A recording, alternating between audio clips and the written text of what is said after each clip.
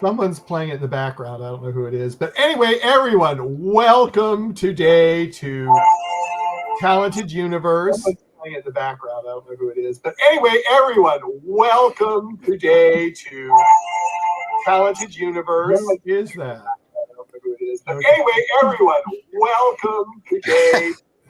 Oh, someone probably needs to mute. Yes, someone needs to mute their video in the background. There you go. Oh, someone probably Are we good? Yes, someone well, we will be, see, because I can't hear you. So. Oh, someone Are we good? Yes, well, we will be, see, because I can't hear you. Did we just? I don't know who that is. Well, we Is will it? be. It's not me. Let me mute.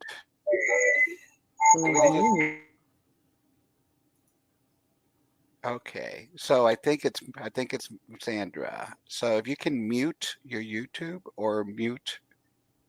Oh, are we good now? I think it's I think so. Yes. Yes. Okay. Good. Your YouTube or mute? No, we're still here in a little bit. Yeah, I think you've got our episode playing in the background on your computer. Okay. Good. Yeah. Technical difficulties, everyone. It's so much fun. I love live. Playing in the background on your computer. Okay. Good. Yeah. Technical difficulties, everyone. Live. Yeah, you've got the show running in the background on another window or something. But who has it? I don't have. You do. Yeah, you've got the show running. No, it is you. Yeah. I don't know what's going on. Is it now? We'll know in a half a second. Okay. Now are we good? Now I think we're good. Okay. Yeah. There we go. Okay. Yes. All these little fun. See, everybody, we're having all these. This is live. Live is always exciting. So this is, and we lost Marcia in the roar. In the wormhole. In the wormhole, yes, and that wormhole that you created. But we won't talk about that.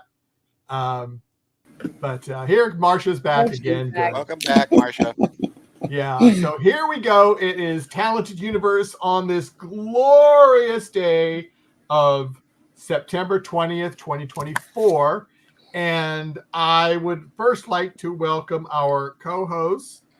First, Marcia. Marcia, how are you doing? How are you doing today in sunny Florida? I am great. It's a little bit cooler here. We're looking for fall, and I'm ready to talk about the Ark. Oh, good. Jag, how are you doing? I'm doing excited. I'm extremely well, and it's hot. But not as hot as our guest who is here. And I mean that in a professional way. Yes. You want to go ahead and introduce her, Jag? I hope I don't mess up the name, because I did that with Baki, and I said I knew the name and everything. So it's Sandra Mitrovic, I hope. Amazing job. Thank you. Welcome. Thank you so much for having me. Thank you. And yes, we had a rocky start with this window. I couldn't hear you guys, and I thought, like, okay, you guys are professionals in this, so you will figure it out. Okay, number one, we're not professionals. No. Well, more professional than I am when it comes to. No. Michael, I'm taking it back to you in case you want to have the honor. Well, I want to welcome our first guest in the chat room, Elizabeth Bowman. She says, hi everyone. Welcome, Sandra. And she's a huge, why is this? Yeah, we're having tech issues. This is one of those days. We didn't have these issues 5 hours ago for the other podcast we did, but I guess now it's saying, it's afternoon. It's time to mess up with Michael. It's the internet. We're breaking it because we have the most talented director. Excuse me, Milan and the other Milan. But you better watch it. Yeah, because they're watching it. As we say. But anyway, that is so true. But if you do not realize it, Sandra directed 2 of this season's so far crazy episodes. Mm-hmm. I mean, she directed Museum of Death. Mm-hmm. And then she just did this last one, why can't I remember the name of it? It should have been It you. should have been you. It should have been you, yes. And both wonderful episodes. I mean, we were privileged to have Boyan, the actor who played Boyan, on a few weeks ago. Vasilia, yeah. Yes. Yes. I mean, Voss. I mean, it was. Let me just start with there. Just my question: how did you approach that episode with all those theoretical dead people that you had to direct that couldn't move, and just all that? I mean, did you have help to be watching and to make sure things were right, or didn't you find out until later? Of course. That episode was a really, really crazy one to shoot. It's always crazy when you have that amount of extras because they're not trained actors. Some of them are more talented, some of them are less talented, but extras, you never know what you will get when you come. And especially this time because they had to play that they're dead, so they cannot move. And then when we shot the scene, I don't know, do you remember in the mess hall, when they come, they're going around the ship, they're just starting to notice that everyone is dead. We had this one long take where Richard was flashing the lamp into one of the corpses, realizing that he's dead, and this guy cannot blink or do anything because we wanted him to have open eyes, and he had these amazing teeth which looked really, really filmical. We were shooting that one shot for an hour. Like, we did so many takes of it, and then at the end, when we finished it, everyone started clapping. Like, we got a big applause, and then Richard was a bit annoyed. I mean, not annoyed, but he's like, I did so many stuff on this show. I almost died multiple times. I did so many heroic stuff, and I get applause on just flashing a light into the corpse. But sometimes these small moments get so complicated, because you have so many external factors. But yeah, that episode was definitely challenging one to film. And also Vasilia, the actor who plays Boyan, he's really, really great, but it was really hard. It's always hard to play a crazy person, I feel, if you're an actor. Oh because yeah. And for director, it's hard to direct someone who needs to play a crazy person. You don't tell them, like, just act crazy. You need to find now the balance, the tone, the level of it. But I think he did a really, really good job. And also, it's his first time on our show. And we filmed, the first thing that he was filming was him dying in space on green screen. So of course, Really? it's always the last scene you film first. It just makes I don't know sense. that the schedule was like that. Then we had to finish in that studio where it's a green screen, and we were running late, so we didn't have a lot of time, and we were just like, okay, now you are sitting here in front of the green screen and you are dying. And then he was a bit traumatized after that first day, but everything after that went better. It was uphill after that. Yeah. So forget what I said earlier about wanting to be on any of your shows or anything that you direct, 'cause we're going to die first. No, I think we'll wait. No, it doesn't happen all the time. Honestly, like, our assistant directors who work on ARC are really, really amazing. And most of the time they really want to help us to do everything in order that we want, which is, for me, always chronological order. That's like, if you can choose, I would always film everything chronologically, but rarely you can, because of also scheduling conflicts. We have such a massive cast, and we're filming the way we're filming. You're filming your main unit, and then you have second unit, and then you need to borrow actors to second unit, and sometimes both units are filming at the same time, so it becomes scheduling nightmare. So rarely it happens that you can film everything chronologically. But also, it rarely happens that you film literally the end first, especially if it's so Right. dramatic. So this was just one of those situations. But I think everyone did a great job, considering Oh, yeah. that we had to do it. Yep. Definitely. Yeah, absolutely. Now, going on to episode 10. another challenge for you. You had basically two casts that you were working with. You were working with the ones that were in the coma, and then you were working with the cast that wasn't in the coma. Which did you find more challenging for that episode? Well, that episode for me, when episode 10 of season 2 is my 5th episode that I directed for ARC for both seasons.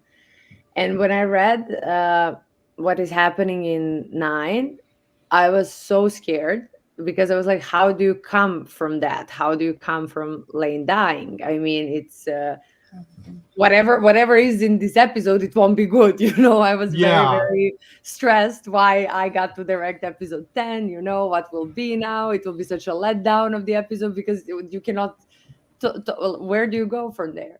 And then I read it and I was blown away. I think it's such a smart episode. It's such a smart way to help Garnett, first of all, and then everyone to cope with the grief of losing Lane. It's such a great vehicle. And also it's not a bottle episode, but it feels like it. It feels like a little story for itself, which has one of the purposes to literally help her character spend more time grieving than she would have in reality. So when I read the episode, I was really, really happy. And I remember talking to Reese because we actually did the prep for that episode before Christmas break, and then we shot it in January after the break. So everyone was really super tired before the break. So I was also very lucky that everyone came fresh to do episode 10, to actually film it, because everyone went on vacation somewhere else. And we knew it will be challenging because we have 3 different periods of them aging in the coma dream. Yeah. And also how their relationship progresses, and also who they are becoming as they're getting older and older. And it was also when they're the oldest, when they're in their 80s. It's also about the movement, of their bodies. It's about the voice. It's not just the mask, which was amazing. They really look. I really, when I saw it first tests, I was blown away. Because with these masks, you never know how it will go. Sometimes it looks really good, and sometimes it doesn't. And both of them, Christy and Reese, were really nailing it, and they really gave such a great performance. And it was, the only challenging thing in filming that was that we had these very emotional scenes. We do have emotional scenes in ARC, but this one, you needed to deserve these love scenes, even though you had such a short amount of time. So we really spent time on it. And I do think you can feel it. You can feel the performance and the time that was invested in it, in rehearsals and everything. But yeah, it's definitely, I mean, every episode is like my favorite one in some way, because every single one has something special. But at episode 10, we just never did something like that. We never had a big love story in a way that happens in one episode, and that it happens with Garnett. You never expect from her something like that. And also, it was really fun. I didn't have a chance to have Ian and Lane in my episodes together. So it was fun to work with Reese as Ian now. He's such a great actor, honestly. Like, just the way he did. I mean, when he comes and plays Ian, it's a different man. It's just like he gives such a different performance, and I do think it's very, very challenging and hard to play two different people in the same show who look exactly alike. But yeah.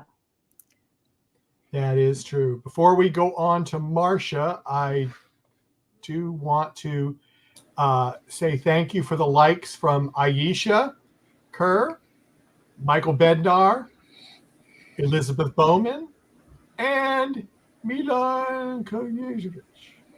Kondievich. I Milan love that. Konjević, our Kondievich. fellow director. I love Yeah. that man. He's awesome. Yeah, he is awesome. He is awesome. But Marcia, let me go on to you for Sure. some fun questions. Yes. Well, in directing an episode like the one we just saw, It Should Have Been You. It's such an emotional for fans. After the prior episode, and then you're challenged with the next one, which you talked some about, and helping us get through Lane's death still. And I really appreciate what you said about Garnett having to get through Lane's death and exploring that through her relationship with Ian, which is a really interesting concept um, that helped me to kind of see that maybe she might have been projecting some of what she felt for Lane in her relationship with Ian. Is that something that? That's definitely something that we had in mind. We had the conversations with Jonathan Glassner about it. And we were actually asking him, should the episode be called It Could Have Been You instead of It Should Have Been You? In a way that she still appreciates what she experienced with Ian.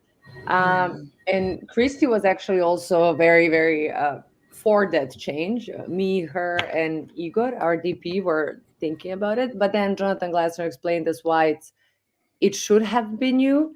In a way, when she comes back from the coma, they wanted to give a bigger meaning to what she experienced with Lane throughout this whole time on the ship. But it is very, very interesting, especially playing with her character, which is rarely vulnerable, and emotional in this way. Uh, to have, and also playful, like she's very playful with Ian in this coma dream, uh, which Christy can play very well, but she doesn't have a lot of chance to do it. So yeah, it was. I think it was a great vehicle for helping her character to cope with this grief, so we can continue from the next episode, somewhere else with our journey and their journey, and with the regular stuff that are happening on the arc. Mhm. And then another sub story is, of course, the Angus and Alicia, Hmm. which Yeah. Angus and Alicia, yes, in their final moment of losing their virginities. Actually, I had, like, in the first season, I think it's episode 4. It was Stacy's first kiss, if I remember correctly. yes, It was her first kiss on screen, and I really love working with her, and also Ryan. They are such a sweethearts, and they're kind of like they are a bit younger than the rest of the cast, and they give such a special energy to the cast and the whole crew. And their storyline is really sweet and interesting. So yeah, we were also trying to find the level of it, considering what is happening on the ship in the moment when they are doing it for the first time. Is it how to find, like, how excited there should be, and where the motivation for that is coming from? Is it coming also from sadness and a fear that tomorrow might not come for one of them, because it's very unpredictable on our show what happens every day. So yeah, we try to find some, like, a sweet and innocent tone of that, and I hope that we managed to do that. I thought it was really perfect because a lot of times it'll be either one person is more experienced than the other, and this was a coming together literally of two innocents, and it wasn't perfect. And I think there is something very, very honest about it, and very also connected with who they are as a characters. Mhm, So I mhm, thought that that's a fun storyline, and I also think also when you have this like a big high stakes in the show, and we always have them, these little moments help audience connect on a different level with our characters. These moments where we can feel they are after all humans. I mean, most of them are, not every, but yeah. Thank you. Thank you, Michael. Yeah, Jag. Oh, y'all answered all my questions. I'm done. I'm kidding. That's okay. I've got more. I got to tell you, speaking of that one scene where this is not my question, just a comment. Anytime the camera is overhead of the actors, I always freak that the camera's going to fall. I don't know why. Every time I see a camera on top, like showing them like we did with Angus and Alicia, I always feel that that camera's just going to fall on them. I don't know. So, first of all, thank you. Welcome. And the first thing I wanted to ask you is, how did you get involved with directing the arc? Well, it was, I want to say accidental, but not really. I came back, I lived in New York. I finished my master's there and I lived in New York for 6 years. And then I came back to Serbia. I mean, I'm born and raised Serbian. I came back to Serbia to do my first feature film. And then COVID started, and then I stick a bit longer here. And then as soon as I did, after COVID, like, I mean, not finished, but as soon as like people start living kind of normally, we started working on my first feature. And when I wrapped it, a lot of the crew that was working on my feature was prepping the arc. And some of them recommended me. And then Jonathan English, who from Balkanic Media, who is line producing the show, called me for an interview. I sent them my reel. And literally a few weeks after that, I was sitting with Dean and talking with Dean and Jonathan Glassner, and they gave me opportunity to direct my first TV show. And honestly, I had a blast. It was so different. I never did something full time in the studio. I never filmed a show that is 99% of it is in the studio. I think we exited maybe a few times outside to film something. But it's it makes you so spoiled, to have such luxury to, if you don't have time to film something today, you can come tomorrow and we can put it in the schedule. You won't lose the location because it's all in the same place. And also, it's such a luxury to be able, before you go to shoot, to go on exact set how it will be and to brainstorm there, to shot list there, even sometimes to try with actors when there is time. So yeah, it was the whole experience. It was amazing, like working with everyone, and it's just the way I got. So it wasn't like accidental. It made sense, but I just didn't expect that I will do American show from Serbia. It's Yeah. yeah, it was a crazy coincidence, but it worked out well. Yeah, it does. And so I guess I have other questions, but I guess the next question for you is, so you directed, of course, we talked about Museum of Death, and then of course it should have been you. Two different episodes in terms of content, in terms of the story. Does that change your directing style as you approach it, or is that based on script, or is that just like, how do you approach? Is it a standard set of, okay, this is how I'm going to direct, or do you look at the script and adjust accordingly? Well, we generally, for the whole show, we do have a style how we shoot it so that every episode looks like it's from the same show. And the main person who is in charge of that is our DP, Igor, who is there for every episode. So whenever you're in doubt, he will help you out and be like, oh, we did this 2 episodes ago, like, let's do something different. But generally, like, I always set the mood and tone. I always need to know what is the most important, what this episode is about in like a few sentences, and then to set the mood and the tone. And it's interesting, these 2 episodes are very different, but both of them have this emotional storyline. In episode 5, we have Eva and her brother, which is again something, a relationship is a center of the episode. And in episode 10, Garnett and Ian. So episode of 5 is definitely a bit more horror genre. It's probably the scariest episode I did for the arc, and definitely in directing. I mean, when you say style, it's not even a style, but in approach, let's say, like in some stuff that I wanted to, that I was thinking how to do. I was thinking about what is the genre of this episode, how it will look, at the end.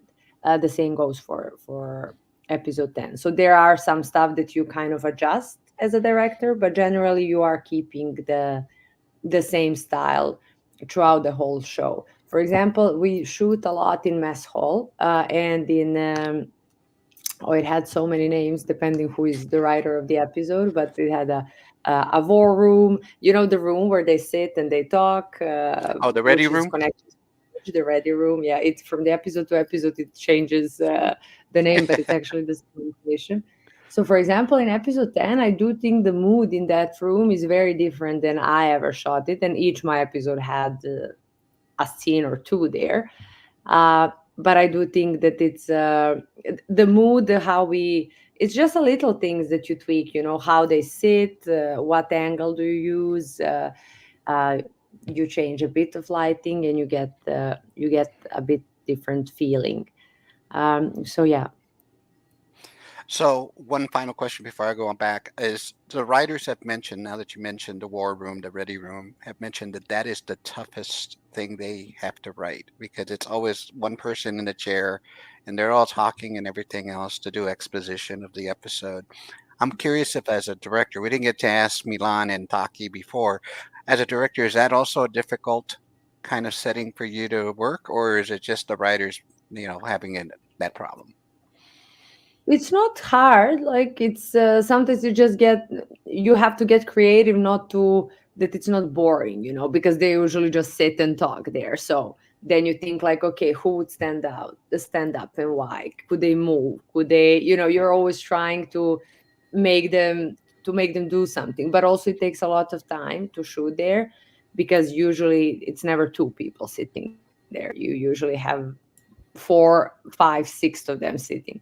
So you have to cover everyone. You have to cover every conversation that each one of them is having with another, and it's usually everyone talks with everyone.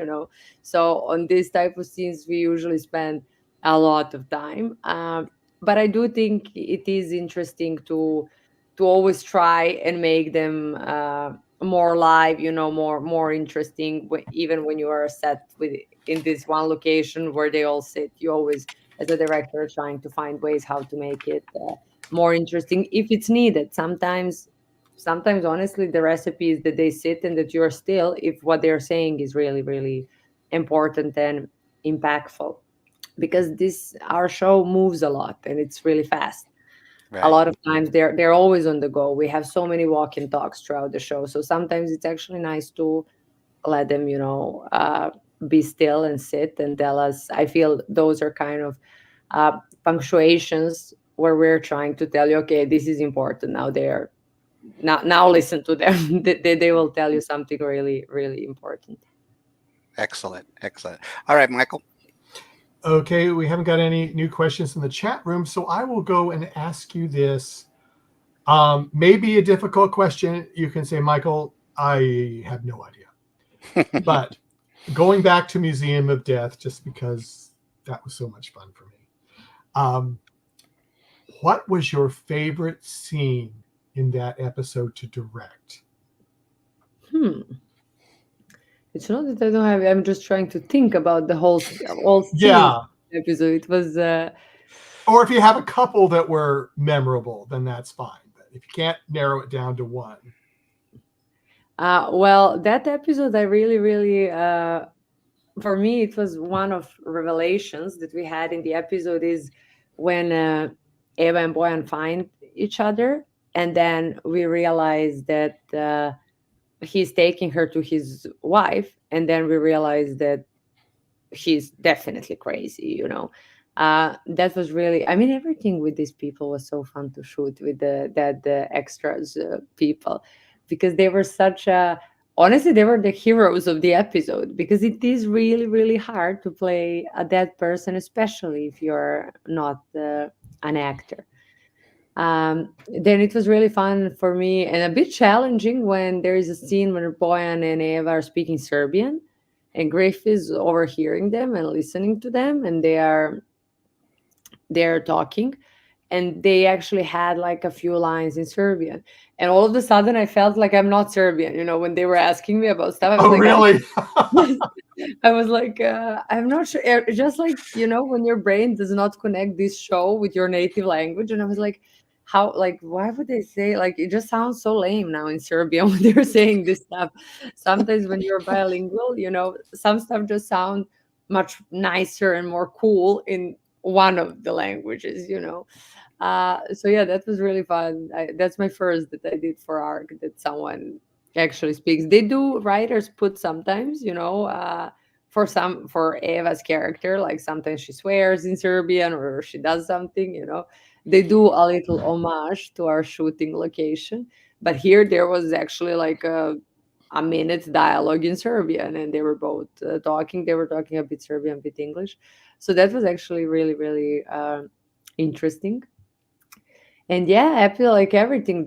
Even though green screen always sounds like like a crazy thing, it's really, really fun to shoot there, because you really have to be really focused and to help actors as a director, because they have nothing. They don't have like a surround. They're not surrounded by anything. They're surrounded literally by green screens, and they're usually on some. We call that like a little horse. It's like a little one thing where they lie down, and then it's Oh, also the dolly? kind of, yes. Kind of, yeah. And it I know moves. what you mean. It does. You I know think what there I is mean. yeah, and there is another name, but I can't remember what. Yeah, I can't remember in either language right now. But and it is like just a crazy situation to be in. And then you need to act your heart out, especially um, um, Eva, when her brother is dying, and when she's crying and yelling and screaming and everything. And then you have to, as a director, you need to make sure that they look that you're not crossing the line, even though you don't have any, you don't know what line is because you don't know where you are. Mhm. Everything will be done later in the post. So yeah, these type of things are always fun, especially for me, because some of them are a completely new experience for me. I filmed on green screen, but not in such an extent like we're doing here. But yeah, definitely a lot of fun. Well, that is great. Marcia, do you want to go ahead and Sure. continue with your list? Absolutely. Christy was on with us. She's been on with us a couple of times, but the last time she was talking about the giggles, that sometimes even during an emotional scene, that something will happen and they just get the giggles. How do you deal with that as a director? And you conk them over the head, or Well, no, I'm quite patient, honestly, because they are like exhausted. Our whole cast works. I mean, we work as a crew, but the schedule that they work on is really intense, especially because they're filming all week. They have weekend off, but during the weekend they have to start memorizing the lines for the next episode. And for some of them, lines are quite heavy, and they're Oh yeah. technical and not something that you can really improvise with. So they are really under a lot of stress, and then they need to look pretty and presentable. For us, when we come to set, we don't need to look pretty. We can just come, however we want. Mm. But for them, they really, and they need to sleep. They need to. So I never mind when they go a bit crazy. But they're a very nice cast in a way. They're very respectful. And a very good team to each other, which I think it's really important to this type of shows where you have uh, a group assemble cast. I think it's very good that they're all friends. They always meet. They meet during the weekend actually to table read the next episode and to talk and to give each other advice and opinion. I think it's good, and for me, it is. Yeah, I never got the. I never. It never came to that I need to yell or do something to one of them, because they're usually, even if they do have a little laugh or anything, they get uh, they straighten up very very soon. And also, I have assistant directors who do all the yelling, so I can always be really really That's helpful. You can be the nice person. really nice. Oh, Yeah, she's so nice. I don't know why. No, you assistant directors, usually their job on the set is that we get on schedule, and then when so they will be the one who will be pushing for those stuff, so then they will be probably the ones who are a bit louder. Oh, I when want to be assistant director. I see a question in the chat room is one of mine, so I'm going to leave that for the chat room person. But when you've directed some of the episodes where more than one person has come to their untimely end, and for instance, Helena Trust.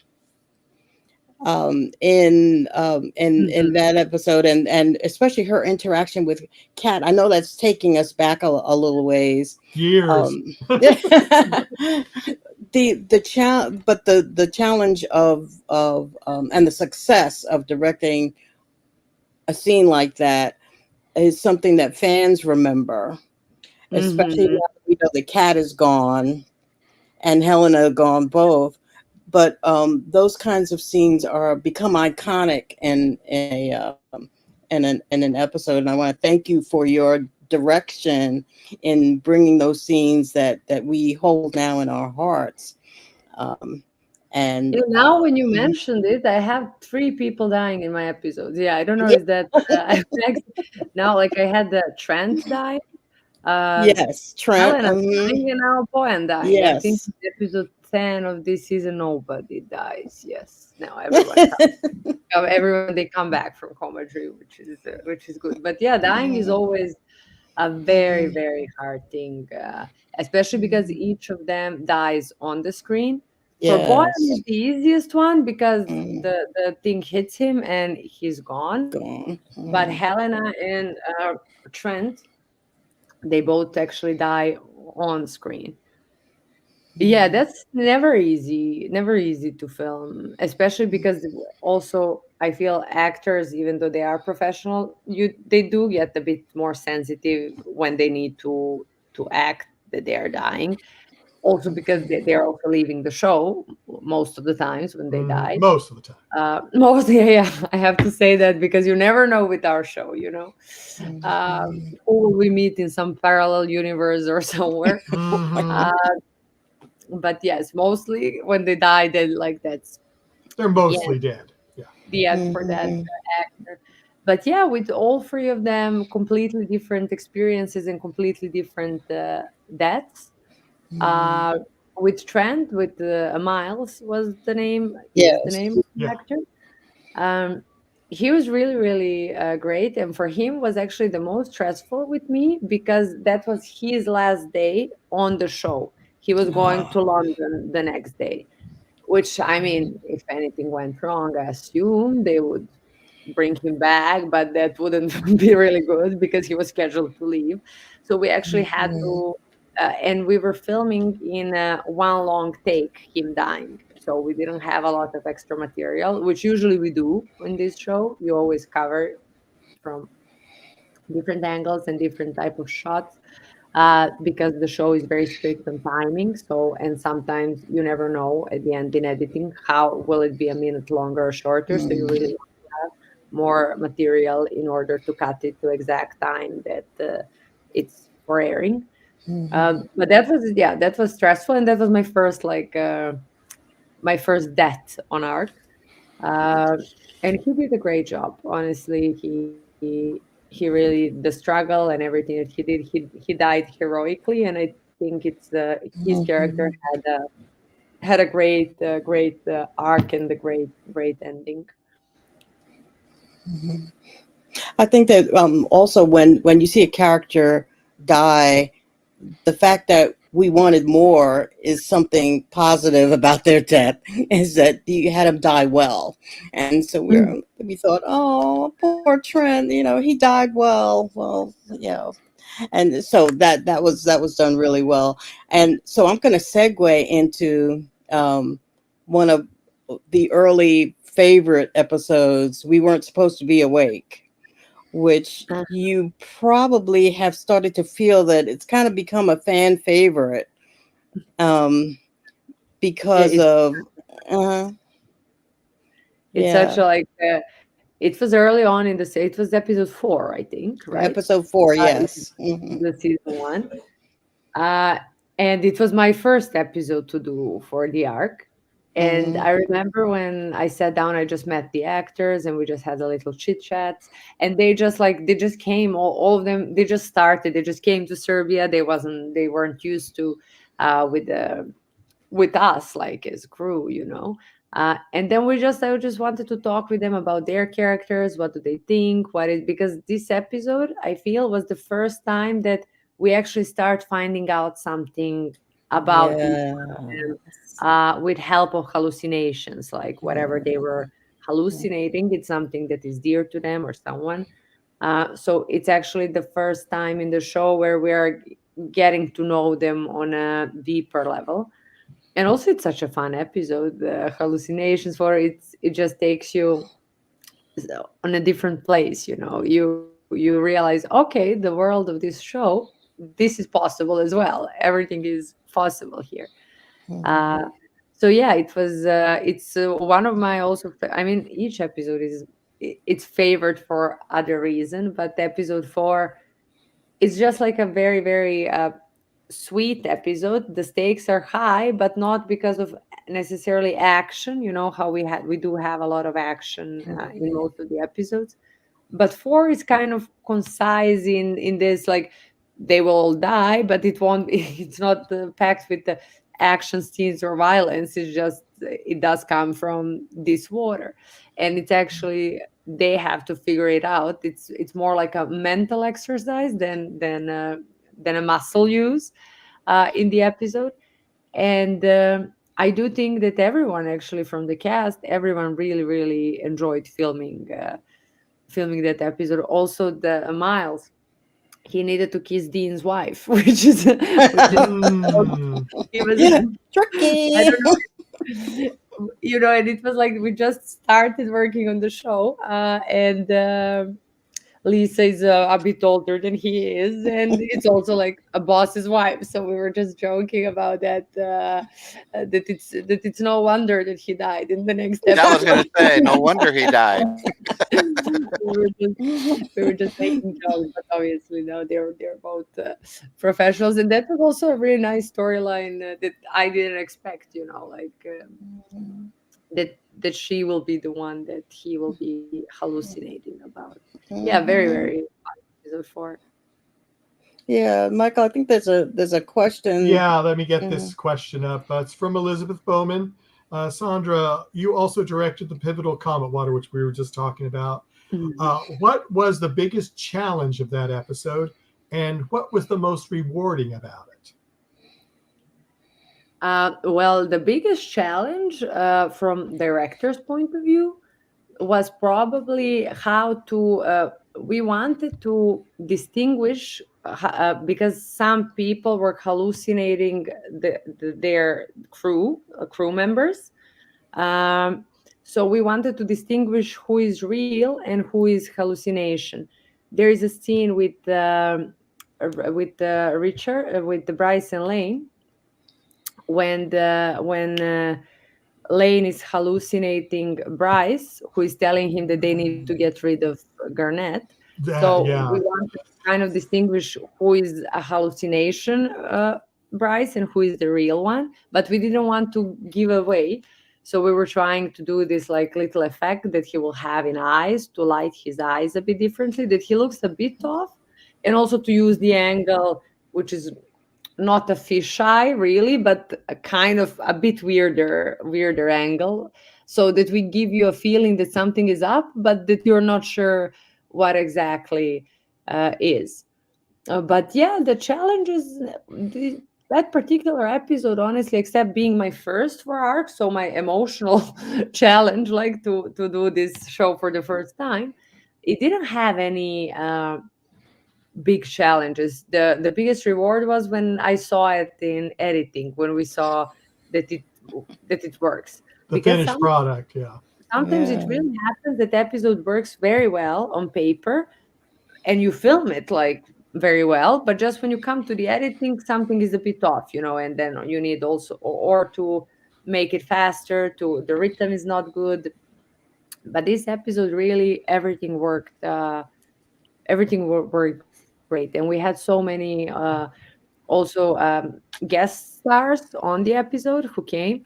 One of them was Jonathan English, our producer. Oh, maybe that was challenging. That was probably one of the bigger challenges that I had on that episode. Dean's wife and my direct boss, directing, who was acting. But he did a good job, Jonathan English. It was. I think it was his first time. He's also director, producer, writer. It was his first time to act something like with a bit more lines, and I think he did a good job. He was a creepy enough, good enough, like different enough.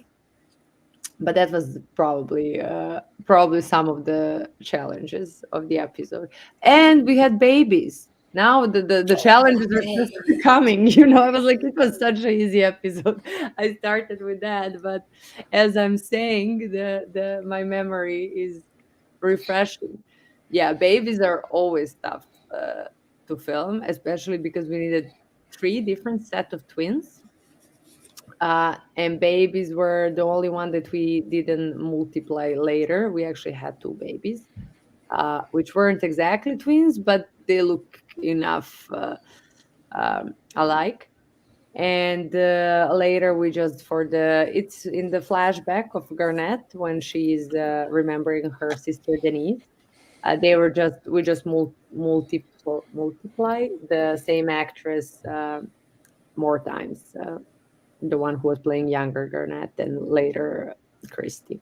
Mhm. But yeah, now as you were asking me, I thought that this was like last episode, but every episode. But now you're remembering after all. Now I remember, yeah. Yeah, now we do have just a hi in the chat room from Arishi. So he's saying hi to you. And I'm going to go ahead and go to Jag now for some fun questions. Not yet, but I do have No, some. not fun. Oh, okay. Not the fun one yet. Well, I know we got about 10 more minutes for the fun question. Yeah. So first of all, given that for the most part some people have died in your episode, I am now going to give you the title of Director of Death. That's what I'm going to talk about. Oh, great. No, I'm also director of love. Yes, you are. Yes, Except for the right. last episode. So Death speaking of directors, because we've had Taki, Milan Todorovic, and we've had obviously Milan. I can't remember. Yeah, Konjevic. Do you all get together when you all do your all little episodes on your own? Do you all kind of get a little group together and start, hey, I'm going to do this episode. Any advice or anything like that? Because we get that. We do get together, but mostly to gossip others. We're joking how I'm always joking how director, it's such a lonely job. Everyone has their own, like every department has their own people. Actors are their own group. I mean, we're all team and everything, but director really has no one. Like you do have assistant director, but he's kind of like between you and production. So there we sit like as when one of us finished his episode, because all three of us did both seasons. So we sit and then we start like talking about, not really gossip, I gossip a bit, but just talk, what was new, who became hard to work with, who got like who the other one should pay special attention to. So we do give each other tips and stuff, but they're like my older colleagues who are more experienced. than I am, and they were really, really helpful when I just started doing the arc, especially because both of them are huge sci-fi fans. So they gave me a lot of insight in the world that we were trying to build at the moment. But yeah, we do talk like to each other about episodes. Toki is usually the laziest one. He doesn't read all of them, so he wants always to meet. So we tell him what happens in between. I'm nerdy, I have to say, and Konjevic is nerdy as well. Yeah, we read everything and do everything. But the talk is very sharp. He doesn't read it, but he kind of connects the gaps in between. And I feel each one of us has like uh, something special. Like Toki is really, really good for big action scenes. Mhm, Konjevic is really good for details, and for the mhm. and I think that I mostly work with actors in a way. Like I enjoy process of working with them, talking with them. So each one, I mean, we all do all the stuff, but I feel those are some like of the strengths that some of us have. But yeah, That's that's director and love director. I'm trying to say now when you say you're director of that. But no, yeah, there's there. Well, I was it's going to just say that, and I didn't. I held back. I held back. no. I I held got to back. be honest because I mean, and don't get me wrong, those are awesome episodes. I mean, I'm just saying, But I'm going to call. I'm your future assistant director. I tell it how it is. That's the way it works.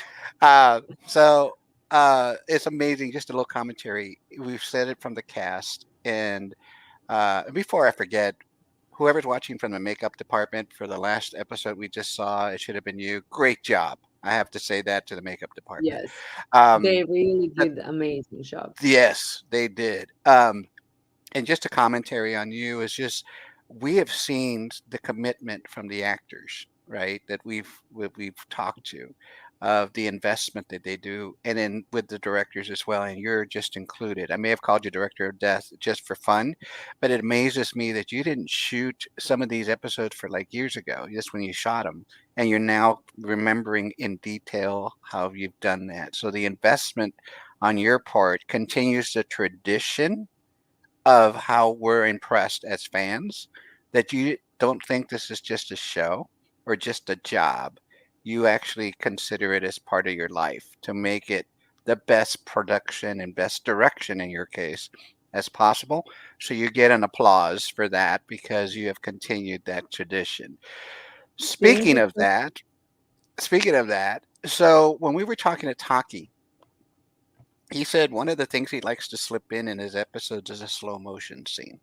Oh, he And when we, loves slow yeah, motion. he He loves slow motion. loves slow motion. So, and then when we try to talk, I'm not going to, I'm just going to say Milan Khan. When we talked to him, he didn't, I don't think he actually zeroed in on anything that he said he likes to do. So I'm curious, Sandra, do you have something you like to slip in an episode? I do like longer takes. I always try to, if I envision something as a one take, I do it as that. I do cover just in case if the episode is longer than it should be, that they have a way to shorten it. But actually, like many times they do use the one takes. Like in episode 4, in hallucination one, there is this scene where Eva finds what was the name of her first boyfriend? Oh, Harris? Harris. Harris. Mhm. Yes, Eva finds Harris in the shower, and then there is like this super emotional one shot. I covered it, but I really hope that they will at the end play it as one, and it's just like one long take that just is with them pushing slowly on them, and I do really like this type of stuff. Now in episode 10, when electricity hits Garnett, Ian, and Dr. Marsh, it's also just one. I mean, you guys maybe don't realize that as you're watching as viewers, but in my episodes, usually there are like one takes, at least one scene that is just one take that happens. I sometimes feel more because when the script gives you opportunity, I really enjoy like choreographing a scene and trying to make it as a one take, especially because we have such a great Steadicam operator on set who really, really does amazing job and has a rhythm and really helps you with the frame and everything. So usually this stuff really really works for our show. And walk and talks usually, if they're not super long, so you need to cut them and do close-ups and stuff. Sometimes I do them also as one shot. So yes, I would say that like a long takes, oneers, as we say, are my thing. Okay. So maybe you and Taki should get together and do slow motion one takes. Anyway, back to you, Michael, before I give my last question. Yes, Marcia, I'm going to let you get one more question Thank if you. you've got it. And I then, do, okay. because I want to. You mentioned that you spent some time in New York City. I was born and raised in New York City. I was actually born in Harlem and raised in Queens. So I'm interested to know what you might remember, some of the good times in New York City. Some of the places. I love New York. I lived near Harlem because I was studying at Columbia. Yes. So it's Morningside Heights, but I would Oh, go. yeah. It's very near. I love everything. I remember everything very briefly. I'm not that old, and it wasn't that long time ago. I remember everything. But everything, honestly, the city. I really love big cities. I lived in London before that. I did my bachelor's in London, so I really like big cities and cities where you can walk. That for me is like, I like LA as well, but you can't really walk in LA. For me, the city is like I have to be able to walk, to manage to walk. And New York, everything, just it's a very very special city. I was very very sad when I had to move away, and I was really thinking that I will go back, but then um, job just made me kind of stay here because opportunities started to present itself, and I'm just very very busy in Belgrade. But I go often. I go at least twice a year if I can, Cool. to visit friends, and to my family also likes New York a lot, and so it's never a problem to convince someone to go. Oh, come with me! I'm bored. So that's It's always a great. great vacation spot, and Mhm. I like the energy. The main thing that I like about the city is definitely the crazy energy that it has. You cannot feel that, like you do feel in some cities different type of energy, but I do feel that New York has something special. Mhm. Did you visit the Empire State Building? That's one of my favorite buildings in the world. Just Of curious. course, and so many times I was living there for 6 years studying. Like my whole family, an extended family, was visiting me. I've been to Empire State Building with everyone who came because it's like the first tourist attraction. So, and then after the third time, I was like, okay, I will wait you here. You go, and then I would just sit somewhere for a coffee. But that's That's like when you're studying or living abroad, and you have a lot of friends who are coming to visit all the time. Every time you have guests, and then all of them want to see all these landmarks. So you're just you just make your tour what is the most important to show them, and then you pick where you want to go and where you will just skip and send them. excellent. Yay. Yay for New York City. Awesome. Yeah. Jag, I'm going to let you have the last fun question. This is the fun question. Oh, you're gonna like Very this question. difficult question. You might Oh. know. Our last guest figured out what the question was. Yes. So you may already know. So we forgot to ask. I feel bad. I forgot to ask Taki this, but we did ask your other director friend, Milan Khan. Yes, we By asked the him. end of So the day, you might manage to do Konjević. yeah, it's just the why. I think it always throws me off. But if you, Sandra, were presented or given an arc, right? What number or letter or symbol would you like to have on it? And I'll give you examples. So for example, Ryan, when we asked him this question, he said he liked number 8, so Arc 8, because it was named after the number was one of his favorite football players for soccer. Okay, okay. So then we had, for example, Milan Konjević. He actually gave a pretty cool little answer. He wanted infinity. right after the arc. So I thought that Oh, was that's kind of really cool. cool. Yeah, that's really, really creative. Pavle liked 42 for the Hitchhiker's Guide to the Galaxy, where, that was a reference to that. And obviously one of our favorites was Reese, who said he wanted the McDonald's M on the arc.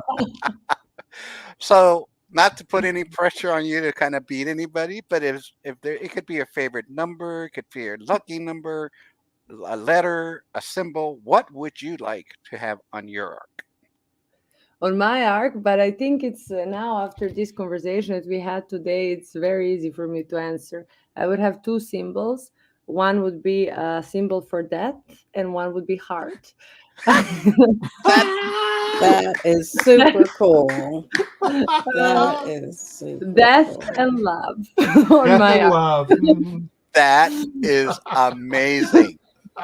That is Love it. amazing. I already can see it. When's the little skull? Yeah. Yes, And a when's little the heart? ball and I a love little it. pink heart next to it. That is awesome. These questions and answers get better every time we Every ask. time. Every time. Just when you think you're gonna know the answer, like, oh, I'm gonna have Well, you you 17. helped me with this answer. Like you helped me. Oh, I did. Oh, with- okay. Well, that's good. I'm available for assistant director if you want. No, I'm good at yelling. Okay, Jack. Hey, I'm trying to get a job. Leave me alone. Anyway, back to you, Michael. Yeah, Thank you well, yeah. Well, I mean, we're going to probably wrap this up right now, but Sandra, thank you so much for coming. Yes, thank you. I mean, Thank you so much for having me, guys. I booked you so long ago. You were one of the first. I think you were the first director that I booked, but then you wanted to wait until episode 10 because this was your favorite. So I said that is perfectly fine. We'll schedule you, but it has been a pleasure. Now, I don't know if your cohorts have told you, but we are seriously thinking about having, after the season is over with, at least in the United States, but it'll be a couple of weeks after that, to have all the directors that we can get to have on a panel all together. Oh, that's cool. Would you be interested in joining us? Of course. Both Milans have said they're going to come. I'm trying to get Jonathan Glassner too. We'll just see who's. But were you interested? Well, I'll send you out an invite when we get the date, and hopefully that you can join us. Yay! Perfect. I'm looking forward to it. It was great speaking with all of you. You had such a fun questions, and I really enjoyed a lot. And I also enjoyed to revisit my old episodes. It was such a fun to talk about them. Yeah, well, it was fun. It was fun hearing about it because I had honestly forgot that you had done Comet Water and the other. It was like, oh my, those were the pivotal episodes for us. I mean, the jokes that we made from Comet Water after that episode. It was, it's wonderful. And the merchandise that people put out for the Comet Water. Yeah, the wanting the merchandise. Dean, we're still wanting that Comet Water shot glass. Yes. Right. And then just a reminder for the folks that may be watching this later or who didn't know or who are watching now, the UK is getting the Ark starting on October 3rd on Sky Sci-Fi. So it's amazing that the UK, hopefully Serbia, Sandra. Serbia, yeah, I have to check when is it coming out, but usually it comes a bit after. But now when it's coming in the UK, maybe I'll double check. Maybe it kind of rolls over like a wave. Yes, hopefully. Yeah. Well, thank you for coming. Thank you. We've learned so much, and you're a joy to have. Thank you so much. Thank you so much for having me, guys. Awesome. Yeah, we are so excited. Everyone, thank you for joining us. We have more guests this weekend. Let me just go over the rest of the guest list for the weekend from ARC people. It's kind of crazy. We have Tiana, who's Ava Markovich. She will be on with us tomorrow at 2 p.m. Eastern Time, 11 a.m. Pacific Time, 7 p.m. in the UK, and 8 p.m. in Serbia. That evening, we have two of the visual effects artists, Kevin Good and Derek Dressel. They will be on at 10 p.m. Eastern Time, 7 p.m. Pacific Time. And then that's on Saturday. On Sunday, we have... Are you ready for this, Sandra? Oh, yes. We have Evelyn Maddox. Evelyn Maddox. Evelyn. So fun. And she will be on at 3 p.m. Eastern, 12 p.m. Pacific, 8 p.m. UK, and 9 p.m. in Serbia. And then on Monday, we have Madeline Hendricks Lewin, co-producer and writer for The Ark. And so we're grateful that we're going to have another writer on with us. And we are so excited by the rest of this weekend. It's a Ark-packed weekend. Yes. So everyone, we've gone over a little bit, but thank you for coming, and we will see you next time. Bye. Thank you. Bye-bye. Take care.